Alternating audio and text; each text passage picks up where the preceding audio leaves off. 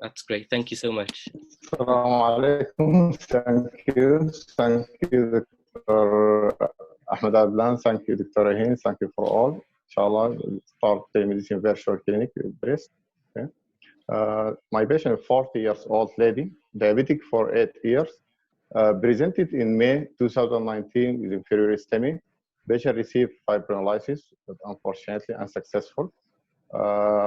High serum biomarker, hemoglobin A1C 10, equals down for high, show reduce, left ventricular systolic function, ejection fraction around 44, with regular motion abnormality in the form of mid-septal and inferior wall hypokinesia.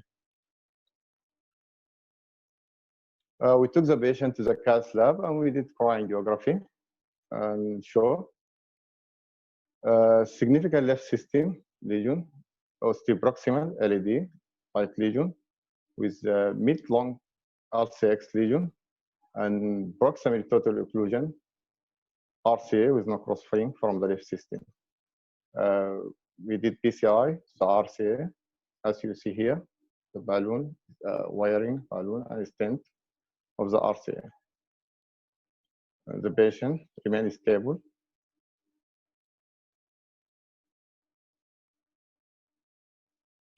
Patient remains stable during the hospital stay and discharged home, awaiting outpatient appointment. Patient discharged with the following medication in form of aspirin, Blavex, atorvastatin, 80 mg, bisoprolol, losartan, Lasix, aldactone, and insulin. We discussed her condition with MDT discussion. Patient accepted for CA.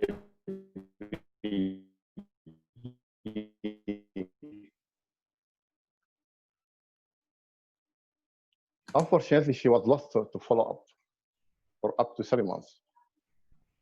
The patient represented again in December 2019 with inferior STEMI, and we did echocardiography, show reduction of the LV systolic function from 44 to 30% with multiple regional motion abnormality. The patient admitted that she stopped taking her medication because she felt well and no further symptoms, in addition to financial constraint to take dual antiplatelet and statin. We took her immediately to the cath lab, and this is her chorangiography, and shows the same significant left system lesion and RCA. This is the left system, okay, the same. Osteoproximal LED and mid LCX lesion, the same like the previous chorangiography.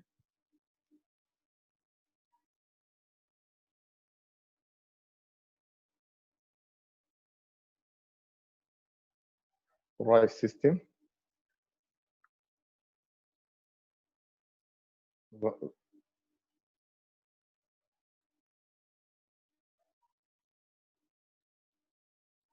The right system show RCA stent thrombosis. As you will look here. See stent thrombosis. In the view below, we did BUBA to the RCA angioplasty.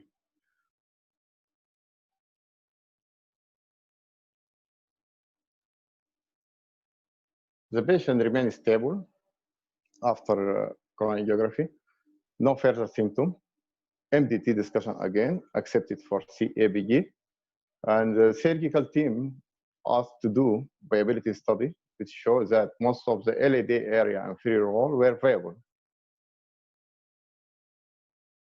Since discharge, she remained stable, was taking her medication regularly, no further symptom.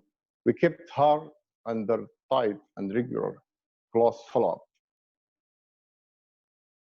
But unfortunately, at the time of the COVID-19 pandemic, the hospital and outpatient clinic were closed to lockdown and curfew. So we deliver a new service here in Sudan, telemedicine virtual clinic. We delivered this service at May 2020. We will show this video for the patient, but the patient has provided consent to show this video today. Can listen to the video.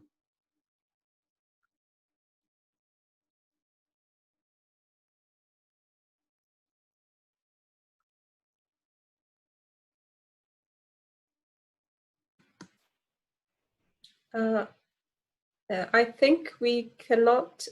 Can you hear any sound for the video? The rest of the panel members.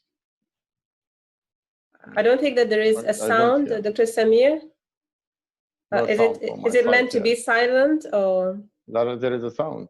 Can be. I think we have a problem here. We cannot hear the. Okay, so okay. Now yes. Now you can see that Dr. Badri is here. Yes, there is sound now. Yes, there is a sound. Can you hear the sound now? And he is taking the history. في أي ورم في الرجلين؟ في ورم في الرجلين؟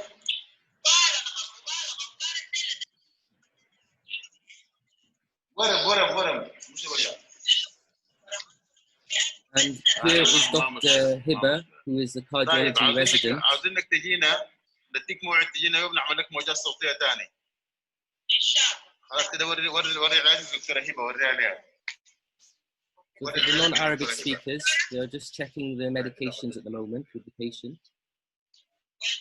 المدرب بتاخذي كم حبة ولا حبتين؟ واحدة بس في اليوم. واحد آخر مرة في عصر كيلو 200. انت جنبك مقدس ممكن تفحص الكلى فيهم؟ ما جنبك مقدس قريب؟ خلاص نحن بنشوف نديك موعد تجي هنا نعمل لك فحص الكلى نعمل لك المواد الصوتية إن شاء الله. He is now explaining the management plan for the patient and follow-up and investigations. ليش في ال function بيت؟ كان عنده له ejection fraction. يا تديا قربي شويه البلافكس ما كتبت لك انا واحد غيره الدكتور ما لقيته كله لازم تاخذيه لانه النفس ده ما بيصلح لو ما لقيتيه انت ما شوف بس الامدادات الطبيه الامدادات ما عندهم طيب هسه المدرب بتاخذي حبه واحده في اليوم المدرب بتاخذي حبه واحده في اليوم طيب بس ابلع واحده صباح وواحده في العصر لحد ما تلقي ذاك. She's describing her difficulties in getting a medication aldoptone. نعمل لك يوم تجينا هنا نعمل لك موجات صوتيه العياده ما مفتوحه بس تعمليها وتطلعي طوالي يعني وبعدين نعمل لك فحص للدم. طيب نحن بنرسل لك هسه في التليفون بتاعك الفحص الدايرينه اللي هو So how to do some investigation.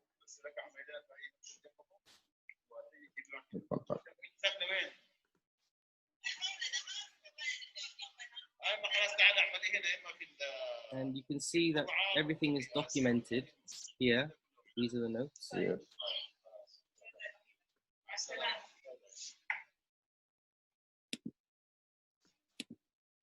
So we arranged with the patient to come and visit us for doing investigation.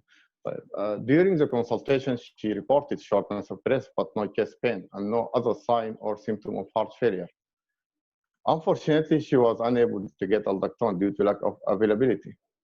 We advised the patient to attend the clinic to repeat echocardiography and ECG we arranged before she came into center. We did echocardiography, show LV systolic function, ejection fraction 39%, better than the previous report, echo, with multiple regional motion abnormality, mild MR, ECG showed T-wave inversion, inferior lateral lead. She remained stable since then and no further symptom. Patient on optimal medical treatment, waiting for CABG. As we know, no elective procedure during COVID-19 era. Planning to scrutinize her follow-up with the telemedicine clinic. And inshallah, we'll continue the talk. We'll start Dr. Mohamed Al-Fatih Badri talk about telemedicine virtual clinic. He'll give us more information, inshallah. Thank you. Dr. Mohamed. Thank you, Dr. Samir. So, Dr. Badri, would you like to continue? If you could just unmute your microphone, please. Right, okay.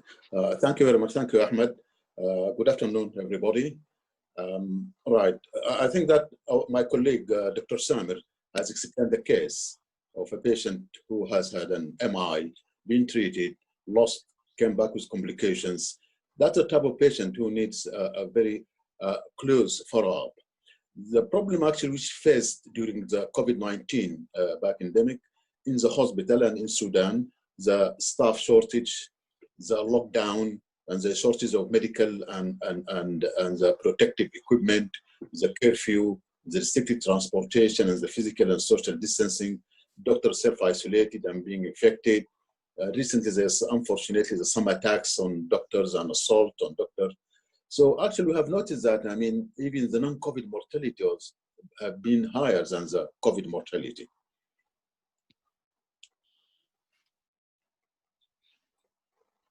So we think that the telemedicine will help to overcome some of the problems which faced many patients with chronic diseases. Next. We'll just have a word about the Omdurman Heart Centre. That's where we work. Omdurman Heart Centre is one of 3 dedicated heart centers or hospitals in Khartoum. And there's another well-established heart center in Medani, which is about 60 miles down to south. And also there are more cardiac services provided by the cardiology team in Port Sudan, Ubaid, and Marawi. These are the 3 cities, main cities in Sudan. And right. This is Omdurman Heart Centre, and these are our cardiology services. What we have in Omdurman Heart Centre, we have 2 referred clinics per week and 1 heart failure clinic weekly. In addition to that, we have an arrhythmia clinic which is being run fortnightly. Usually we see about 20 to 30 patients in each clinic, and all these clinics actually have stopped with the hospital closure.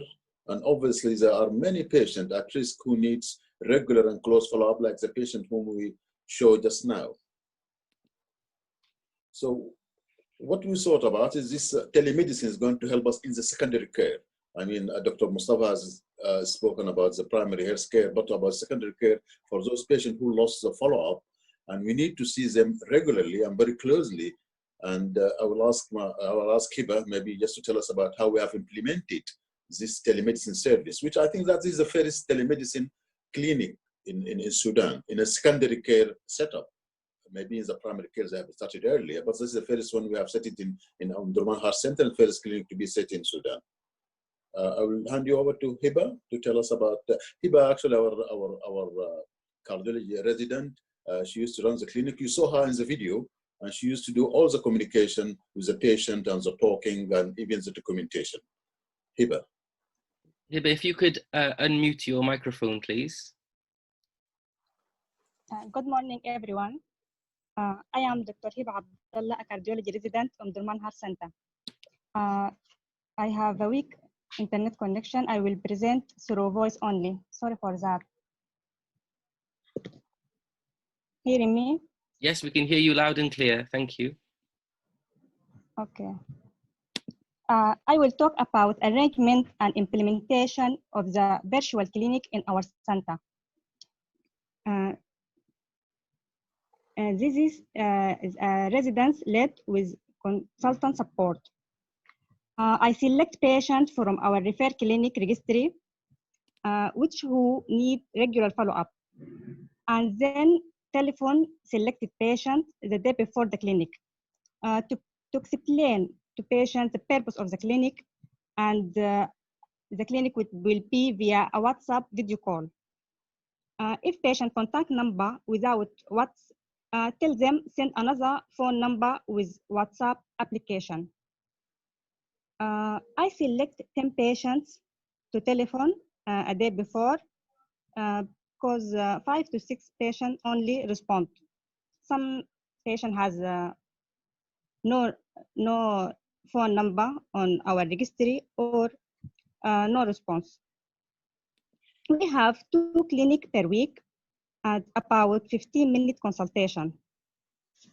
The clinic is residence-led with attendance of consultant. Because there is time lost in waiting for answer by patients, also internet connection problem, become there is a slot between patients, about 30 minutes. Equipment we use, my personal smartphone and my phone number given as a point of contact for patients. This clinic started in April, and this the 7th weeks, and we contact about 50 patients till now. All consultation documented in paper-based note.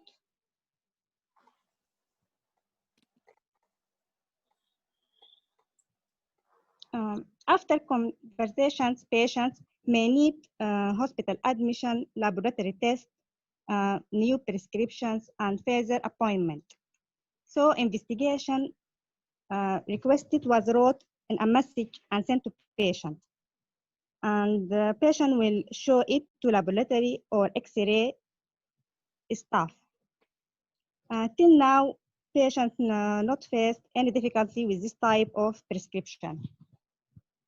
Also, in case the result need to be reviewed urgently, we tell the patient to forward it as soon as it is available, not confined to the time or day of the clinic. When patients need ECG or echocardiography, we'll bring them to the center with recommended precaution as per guideline. This also applies to patients who need hospital admission.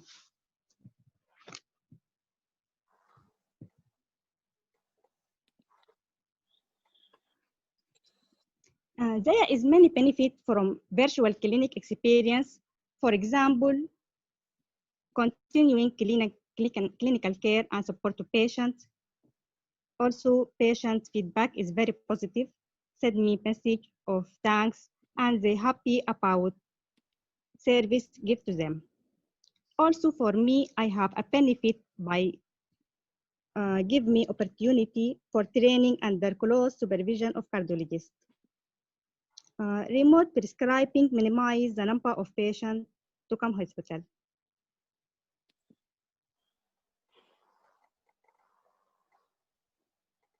We have difficulty facing the clinic. Common are some patients having telephone contact number in our registry and some not respond to calling. Also has problem in internet connection from me or patient area. Some patients unfamiliar with technology and we need someone to help them. We use my personal smartphone that restricts the clinic with presence of me. So we need hospital smartphone for continuing the clinic and participate as a doctor. Also, hospital smartphone can increase number of clinic per week. Also, we need electronic program instead of paper-based note.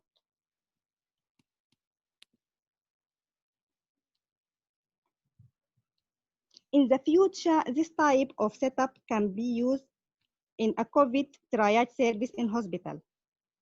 Investment in technology will help us in virtual clinic by use internet connection, dedicated laptop, large TV screen, hospital smartphone, and subscription. Also, we need use large screen in the clinic to help maintain social distancing.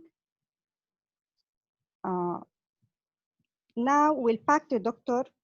Mohamed Badri to talk about future of telemedicine.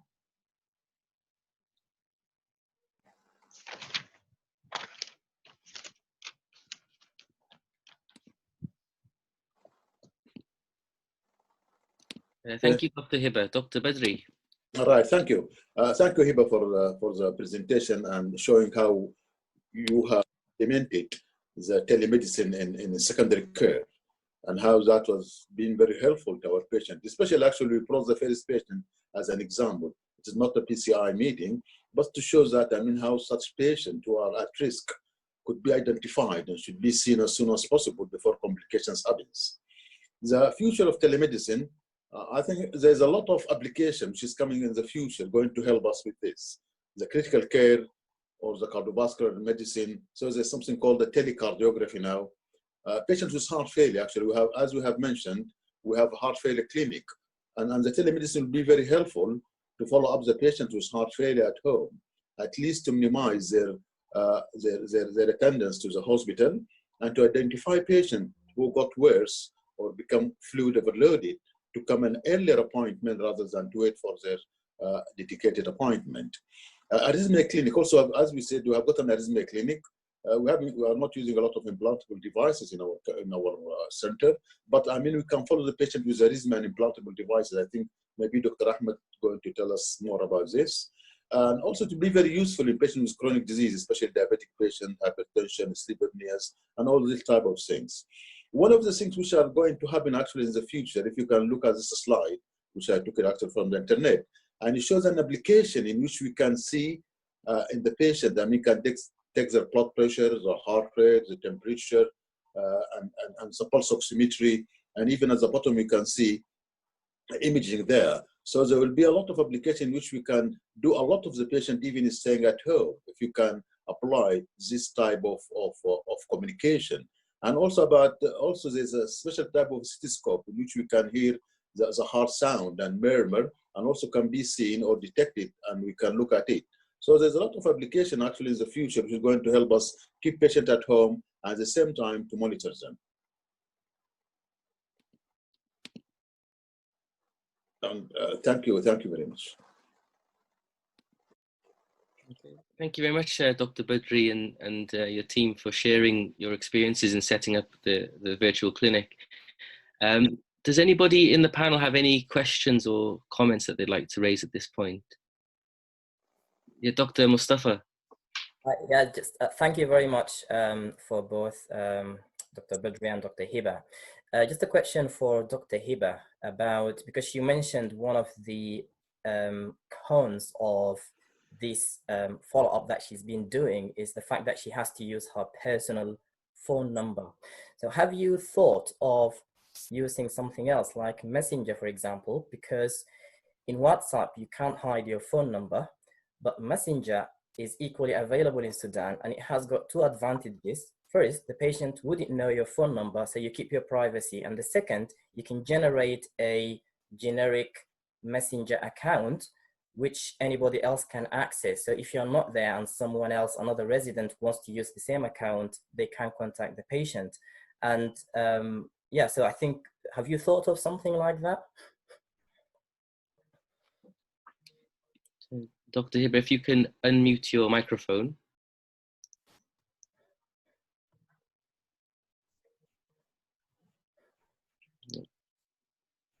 Hi, I don't know about this Messenger, but I can use it in the future.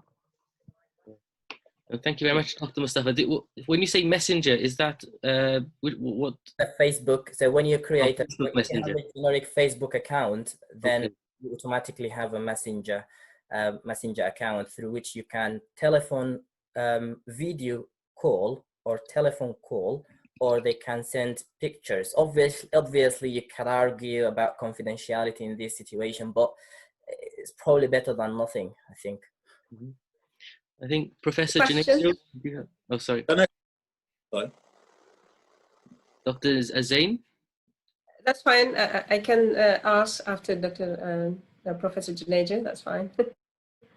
Professor Junaid, do you want to ask a question? Sorry, or perhaps it... he's not. I think he's mute. Can you hear me now? Yes. Yeah. Thank you very much.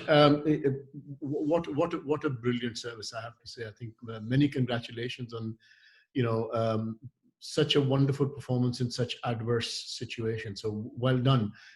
I'll just put I'll take my interventional hat off, because we could probably spend a lot of time discussing management of diabetic patient with 3-vessel disease who presents with acute coronary syndrome in terms of its intervention and so on and so forth. So I'll put that aside, because that's not the focus of our presentation today.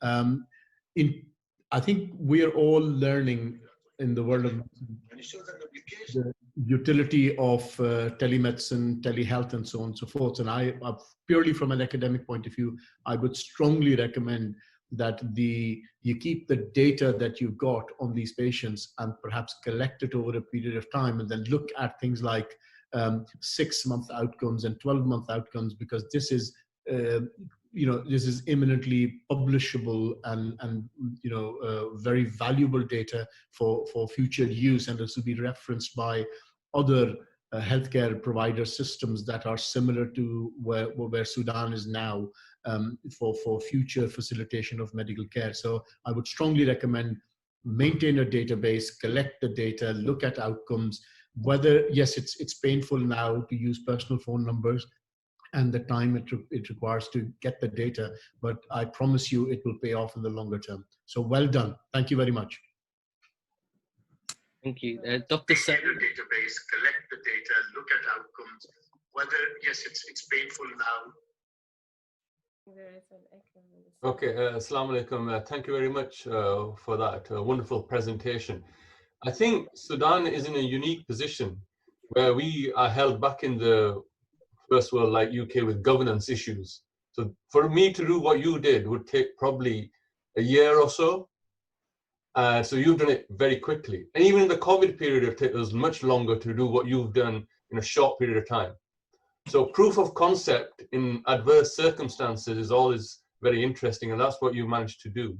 Collecting data is good as well.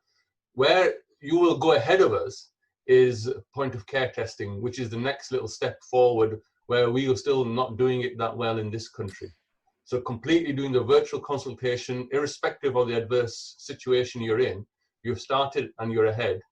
And then point of care testing of finger prick testing from INRs to troponins to CRPs to BNP to serum creatinine, all are available. And as that price drops, you will then be able to do complete monitoring, not only of the vital signs, as alluded to, but also the biomarkers.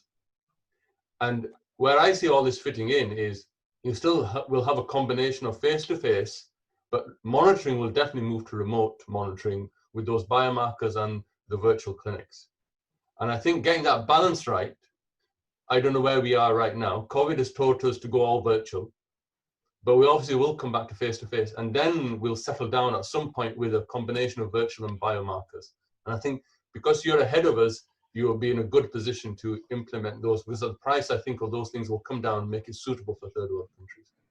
So just a comment more than anything else. Right.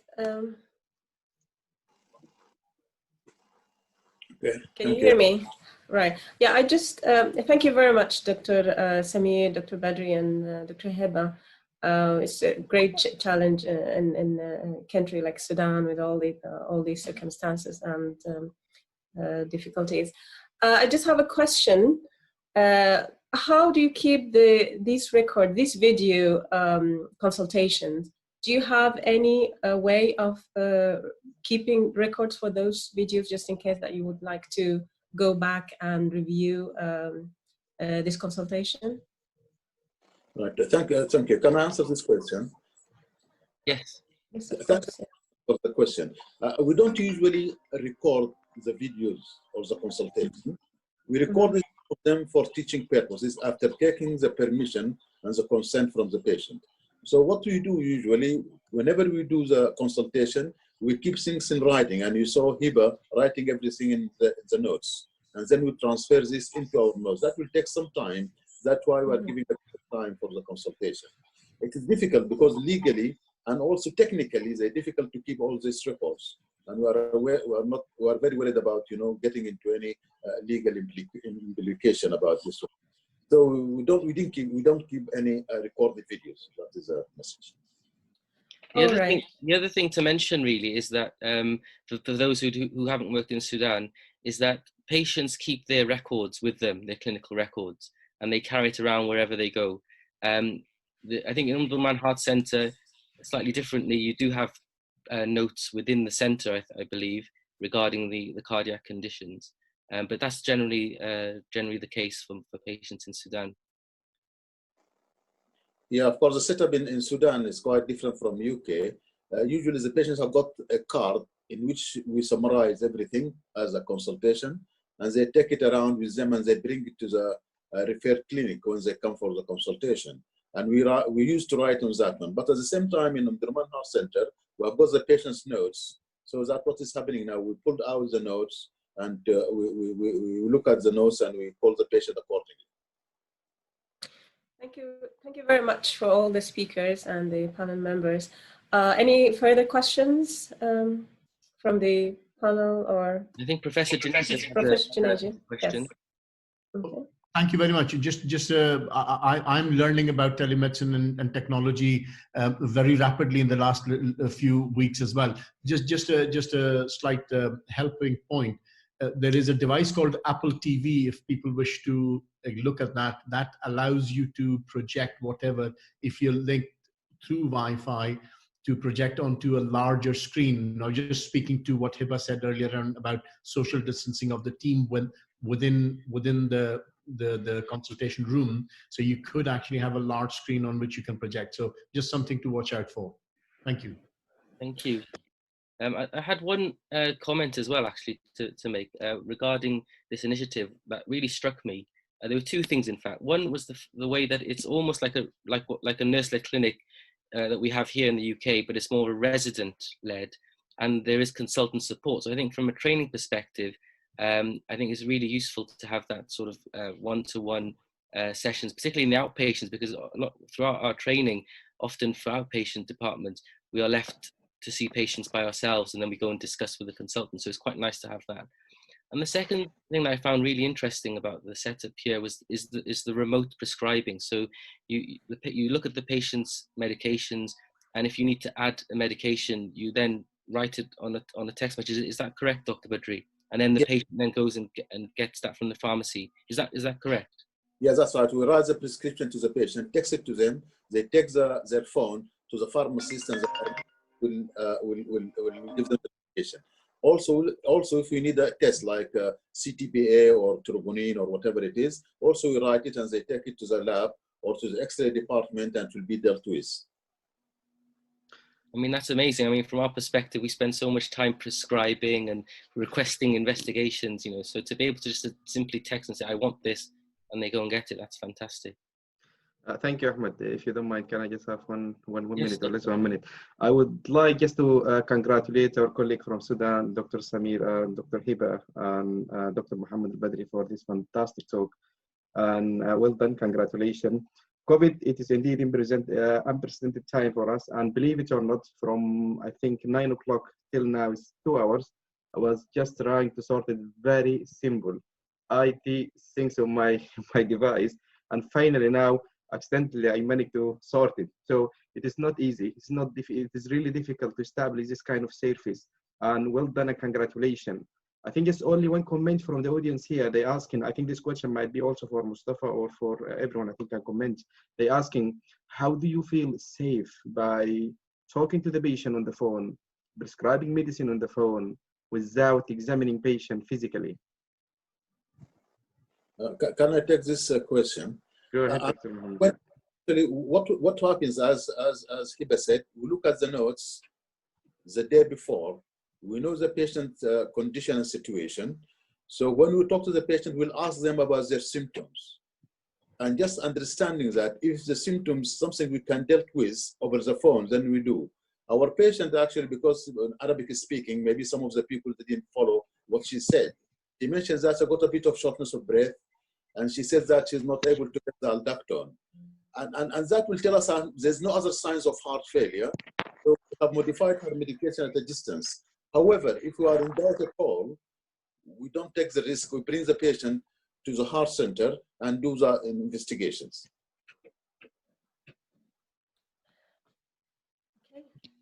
Thank you very much, Dr. Badri. And I think that adds to Dr. Mustafa's answer to that question earlier regarding examination via telephone. And does anybody else have any other comments or questions? If there are no questions, I think, Ahmed, this closes our session.